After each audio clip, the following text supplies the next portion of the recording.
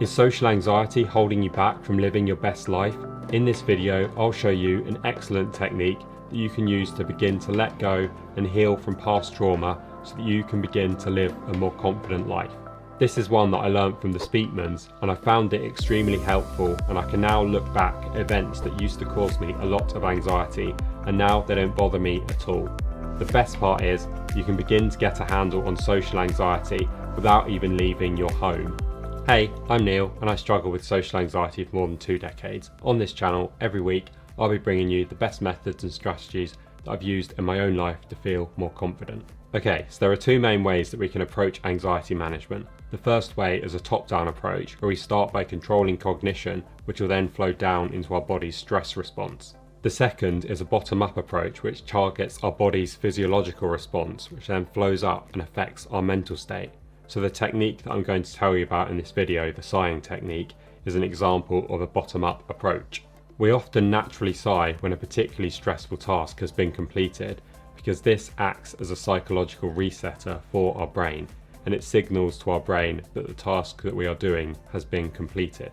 A 2016 study showed that taking a deep breath relieves and releases physiological stress in anxiety-sensitive people. Participants that took deep breaths reported feeling more relief than before. It showed that sighing is both a physiological and a psychological resetter, and that there is a clear connection between sighing and total relief. There was also a study done in 2011 on people with social anxiety disorder that got them to think of a recent social event that made them feel uncomfortable, and while doing it, they were assigned to either use mindfulness, distraction, or do nothing at all while they continued to replay the events in their mind.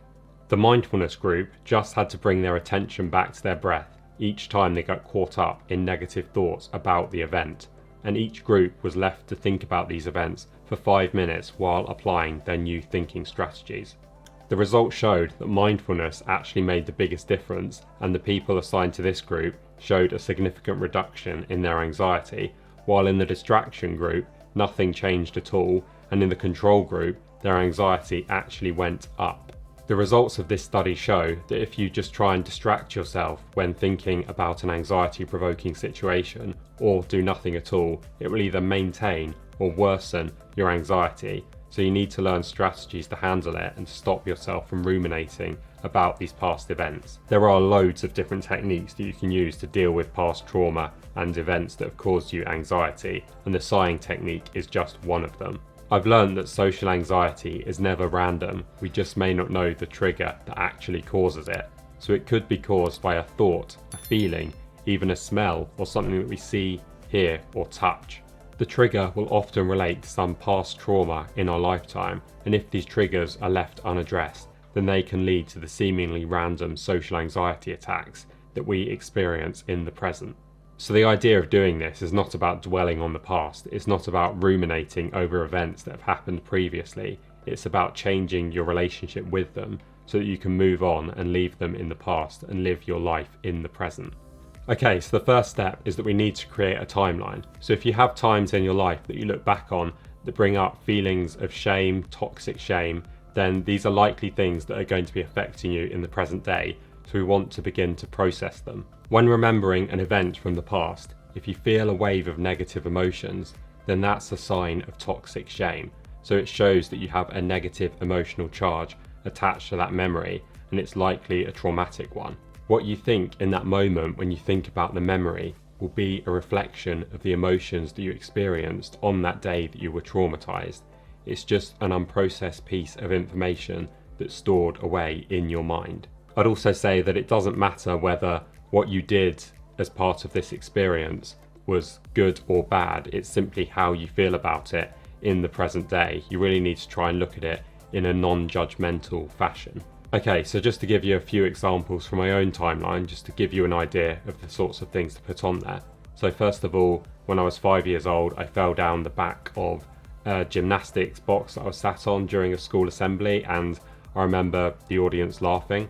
And when I was 6 years old, I remember breaking the sugar jar when I was at home in my kitchen, and one of my parents shouting at me. At age 10, I remember a teacher getting annoyed at me on a school trip, and then at age 11, I got sent out of class for being disruptive, And then when I was about 14, I remember reading a book aloud in class and people laughing. So the next step is to look at each event that you've put on your timeline and score each one out of 10, with 0 being it causes you no anxiety at all, and 10 being it's the most extreme negative reaction you could ever possibly imagine.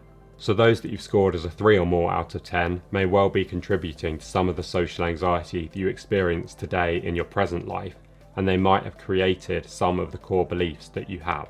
Really, this technique is more for events and things that make you cringe rather than ones that give you like a full-blown panic attack. It's really things that are sort of below, I'd say around a 7 out of 10. Anything higher, you should probably go and see a professional for, because it's probably going to be true traumatic for you to actually deal with it by yourself. If you have a timeline created, then you could even take this along with you when you actually go and see someone like a therapist and get them to work through it with you. For your timeline, you don't have to find literally every single bad event and experience that you've had in your life and put them on your list. Although the more you can get on there and work through, the better.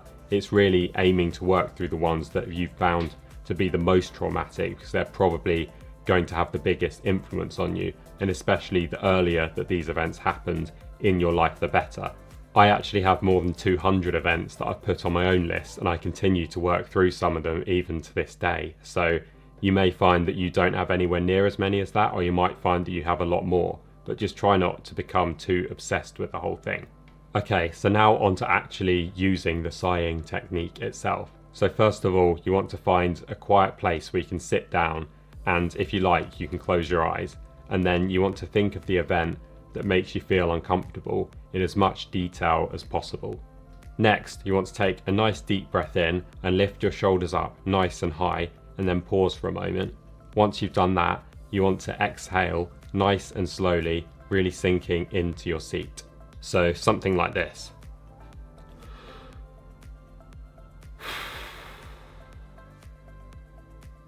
Keep thinking about the negative event while you're doing this, and also notice how your body is feeling, and then repeat this process a few more times, and you should start to feel the anxiety associated with the event come down.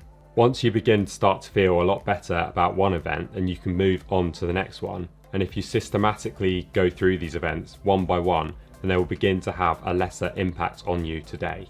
As you notice how you're feeling in the moment while doing the technique, then the event's power will start to lessen, and you'll realize that what your mind is telling you in that moment isn't actually true. It's just the echo of trauma from the past, and it's just the conclusion that you'd learnt at the time from misinterpreting that scenario. You may need to repeat the process many times for some particularly stubborn events for them to start to feel better, but as you do, then you should find that the trauma will begin to get digested.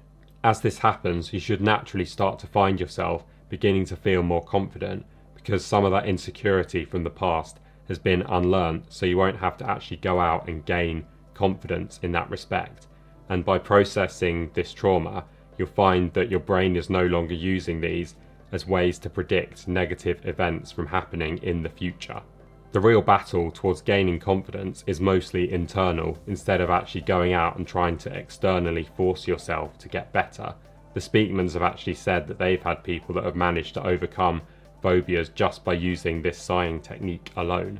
I wouldn't get your hopes up too much though and think by doing this you're just going to overcome social anxiety entirely, but it can certainly help to get you started, and it's something that you can do without even having to leave the house, which can be really useful. This technique can be really useful because by visualizing a past memory, it can get your amygdala to trigger the fight or flight response that happened at the time, and then you can learn to see it instead from an adult's perspective in the present day, rather than how you felt when you were perhaps a child when it happened, so you can actually begin to reframe things and see them for what they actually were rather than how they felt at the time. So then when you next go out and encounter a similar experience, then you should find that there's less of an emotional charge attached to these sorts of things. From my experience, I've found this to be a really useful technique, and I can now look back at things that happened to me in the past and none of them really bother me at all. But I would say that it's never going to be as powerful as actually going out into the world and facing your fears, but it can go a long way to help, and it's a really good way to get you started. If you'd like to take big steps towards overcoming social anxiety, I run weekly online group sessions where you can practice being confident in a safe environment and gently ease your way out of your comfort zone. I'll put the link down in the description. If you want to watch more, then check out my next video where I'll be giving you some more ways that you can begin to overcome social anxiety. Thank you so much for watching. If you found this content valuable, then please hit the like and subscribe button, and I'll see you in the next one.